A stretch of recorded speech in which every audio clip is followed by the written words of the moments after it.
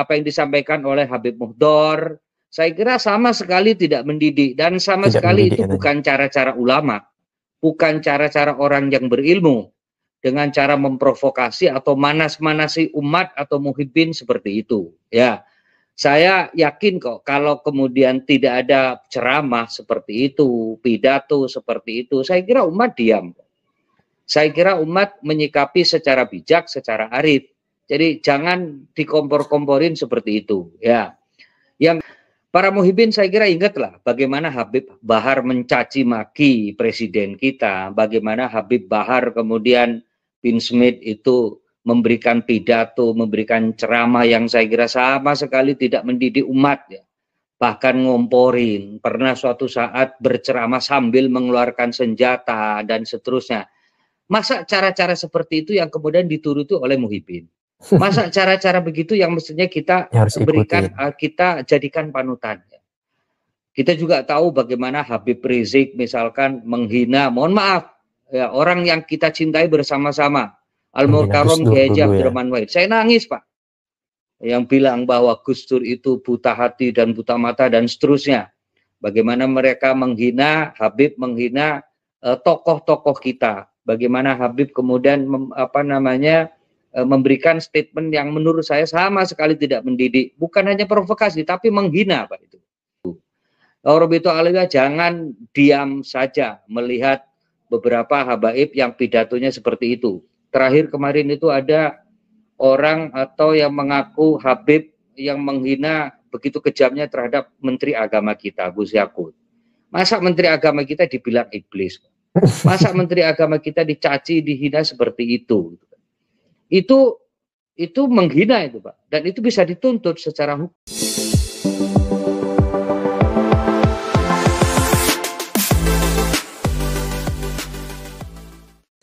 Assalamualaikum warahmatullahi ta'ala wabarakatuh. Gus Malik Haramain kembali mengomentari adanya video viral dari Tengku Khori yang dipersekusi, diusir ketika berkunjung ke Jember dan Malang, Jawa Timur. Termasuk mengomentari pula perkataan Habib Muhdar yang kurang elok dilontarkan sebagai seorang Habib dari kalangan Ba'alawi. Begitu juga adanya ceramah-ceramah Habib yang selalu bertendensi provokatif, menyerang pemerintah dan membuat narasi yang berpotensi bentrokan sesama masyarakat. Artinya ceramahnya bikin gaduh. Gus Malik Haramain sekedar mengingatkan kepada Robito Alawiyah RA agar mendisiplinkan anggota-anggotanya supaya tidak sembarangan mengeluarkan kata-kata kurang sopan yang dapat menyerang pribadi seseorang. Ketika anggota-anggotanya RA sudah tidak menciri khaskan budaya, tradisi, dan adat istiadat masyarakat Indonesia, hal itu seharusnya diperingatkan dan dievaluasi di internal Robito Alawiyah sendiri. Gus Malik Haramain menegaskan kalau ada habaib merasa tidak nyaman dengan kajian Kiai Imaduddin, bantahlah dengan ilmiah, juga jangan mendorong umat untuk bereaksi secara persekusi, melawan dengan fisik dan aksi. Nah, teman-teman, untuk selengkapnya mari kita simak penjelasan komentar Gus Malik Haramain berikut. Ini dia videonya. Ya, ini patut disayangkan menurut saya, karena persekusi yang seperti ini sebetulnya bukan hal baru yang terjadi di Indonesia. Dan saya kira sangat disayangkan kenapa ketika perdebatan ilmiah atau kajian-kajian kitab-kitab ilmu pengetahuan ternyata mulai direspon dengan cara-cara yang tidak arif dan tidak bijak, saya kira. Dan ini saya menyatakan sumber persekusi atau tindakan-tindakan yang menurut saya tidak bijak dan tidak arif ini pasti muncul karena memang tokoh-tokoh yang merasa tanda petik dirugikan oleh perdebatan atau tentang kajian nasab gitu. Nah, karena itu patut disayangkan, dan saya kira pemerintah atau negara perlu mempersiapkan tindakan-tindakan, menurut saya tindakan hukum ya, karena tindakan persekusi itu pasti melanggar kitab KUHP, terutama pasal 335 sampai 337 itu jelas mengatakan barang siapa yang melakukan tindakan melawan hukum, melakukan tindakan kesewenang-wenangan yang mengancam eksistensi orang yang dilakukan oleh baik individu maupun secara kolektif terhadap individu atau kolektif lain, saya kira itu bertentangan dengan undang-undang dan karena itu saya kira harus diproses secara hukum ya. Yang kedua, saya kira ini berkaitan dengan tentu saja perdebatan yang selama ini muncul. Sejak awal saya sampaikan bahwa teman-teman Ba'alawi, teman-teman Habaib yang merasa tidak enak dengan hasil kajian Kiai Imad dan kiai-kiai yang lain, perlu melakukan bantahan dengan cara yang arif, dengan cara yang bijak. Sejak awal kita kasih solusi. Pertama, saya kira harus membantah ya, atau kemudian memansuh kajian-kajian yang selama ini muncul itu dengan kajian ilmu pengetahuan. Dalam hari ini kitab-kitab yang mereka miliki. Saya kok yakin teman-teman Ba'alawi, teman-teman Habaib itu banyak yang alim, banyak yang kemudian bisa mempresentasikan kitab-kitab yang menurut mereka itu bisa membantah atau kemudian bisa memperdebatkan kajian-kajian atau postulat-postulat yang dilakukan oleh Kiai Imad. Harapan kita begitu, Pak. Karena itu jangan kemudian mengambil jalan pintas. Ya. Kalaupun kemudian tidak mampu atau tidak bisa mengkaji secara ilmiah tentang postulat-postulat yang dimunculkan atau yang dihadirkan oleh Kiai Imad, ya sudah tes DNA. Dan saya kira cara-cara itu jauh lebih elegan ketimbang kemudian mohon maaf mengompori atau memprovokasi umatnya. Bahkan kemarin saya dengar itu pidatonya Habib Muhdor di Jember itu menurut saya bukan cara-cara seperti itulah yang mesti dilakukan Habib Muhdor ya. Mengancam akan memberikan shock terapi dalam bentuk apa katanya gitu. Yang saya kira itu tidak mendidik. Nah karena tingkat itu saya kira tingkat tinggi ya. Apa shock terapi tingkat tinggi? Saya nggak ngerti shock terapi tingkat tinggi itu maksudnya apa. Tetapi analisis saya shock terapi tingkat tinggi itu bukan cara-cara ilmiah, bukan cara-cara yang Islami ya. Dan saya kira cara-cara itu kuno lah, jangan dilakukan di Indonesia yang sekarang umat sudah mulai cerdas, umat sudah mulai paham tentang bagaimana cara menyikapi dan melakukan tindakan atas kajian-kajian ilmiah. Nah makanya apa yang disampaikan oleh Habib Muhdor, saya kira sama sekali tidak mendidik dan sama sekali itu bukan cara-cara ulama, bukan cara-cara orang yang berilmu.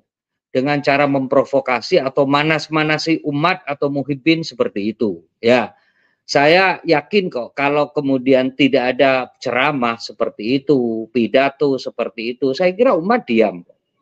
Saya kira umat menyikapi secara bijak, secara arif. Jadi jangan dikompor-komporin seperti itu. Ya. Yang ketiga menurut saya, Pak Yusuf Bar dan teman-teman sekalian, bahwa sebetulnya apa yang ditujukan kepada Sayyid Qori tentang provokasi, sebetulnya kita tidak memprovokasi, Pak. Kajian ilmiah itu sah, Pak. Dan hasil intelektual itu sah, Pak. Bukan provokasi. Nah, sementara kemudian, saya nggak ngerti juga ya para muhibbin ini, gimana cara kemudian menyampaikan. Para muhibbin saya kira ingatlah bagaimana Habib Bahar mencaci maki presiden kita, bagaimana Habib Bahar kemudian Bin Smith itu memberikan pidato, memberikan ceramah yang saya kira sama sekali tidak mendidik umat ya. Bahkan ngomporin, pernah suatu saat berceramah sambil mengeluarkan senjata dan seterusnya. Masa cara-cara seperti itu yang kemudian dituruti oleh muhibbin? Masa cara-cara begitu yang mestinya kita berikan, kita jadikan panutan. Kita juga tahu bagaimana Habib Rizik misalkan menghina, mohon maaf, ya, orang yang kita cintai bersama-sama, Al-Mukarram Kiai Haji Abdurrahman Wahid. Saya nangis, Pak. yang bilang bahwa Gus Dur itu buta hati dan buta mata dan seterusnya.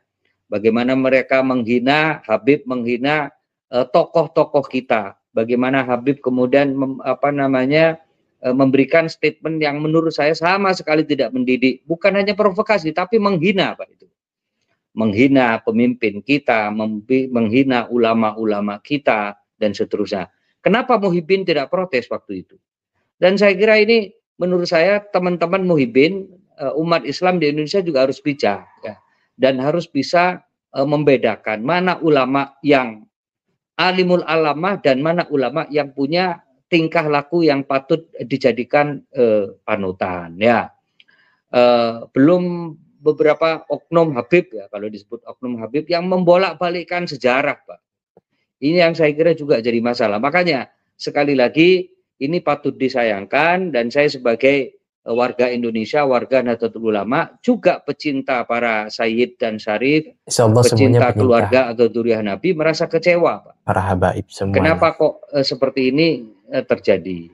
Makanya saya kadang mikir, ini organisasi Robitoh Alawiyah itu kerjanya apa? Kerjanya apa? Ini Robitoh Alawiyah programnya apa, gitu kan?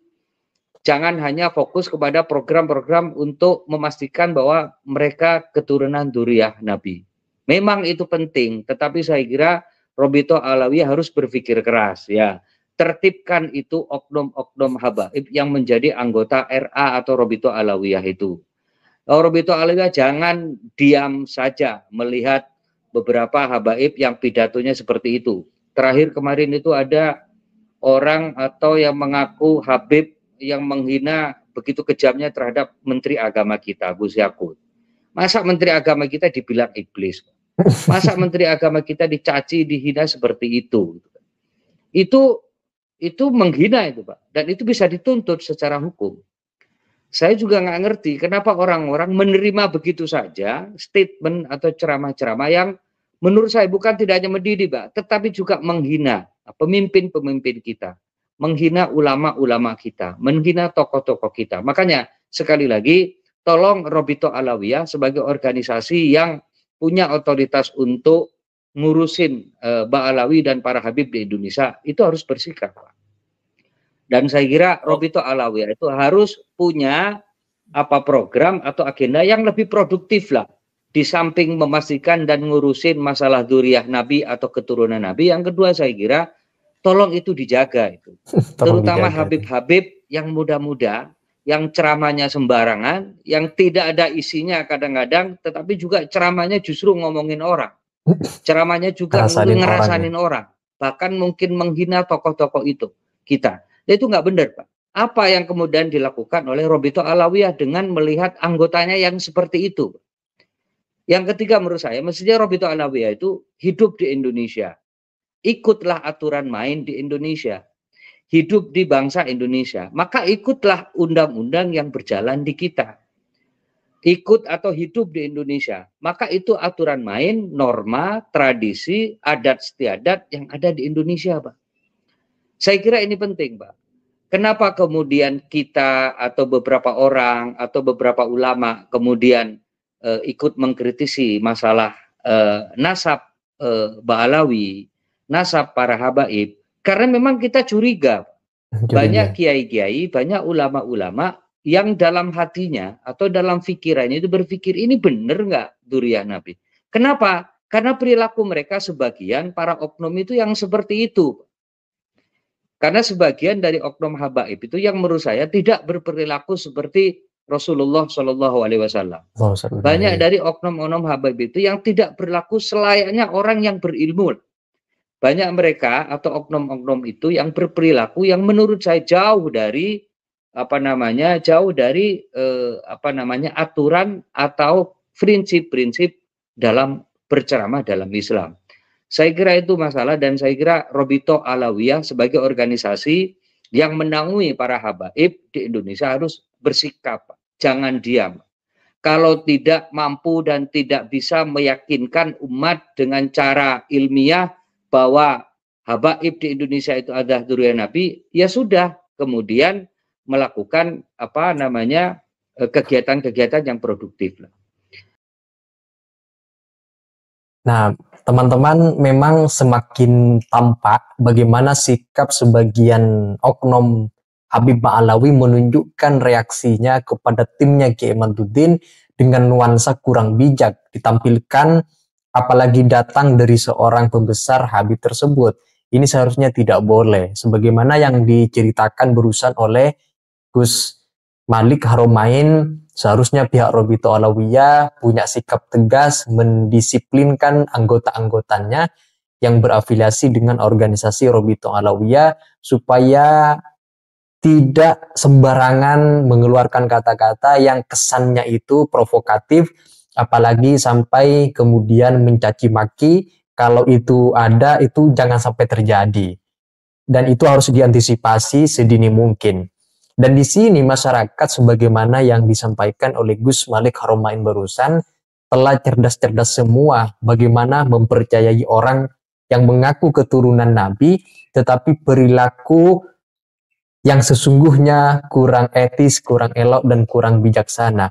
Hemat saya, layanilah argumentasi timnya Kiai Imaduddin dengan ilmiah, kajian ilmiah, tidak perlu berkuar-kuar, apalagi mengeluarkan kata-kata kurang bijak.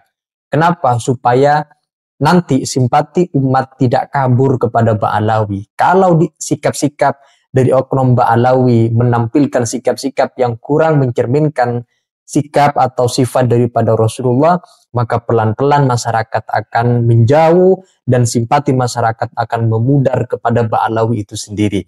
Nah, itu saja teman-teman. Kalau ada yang ingin disampaikan, silakan tulis di kolom komentar. Sekian, terima kasih. Wassalamualaikum warahmatullahi taala wabarakatuh.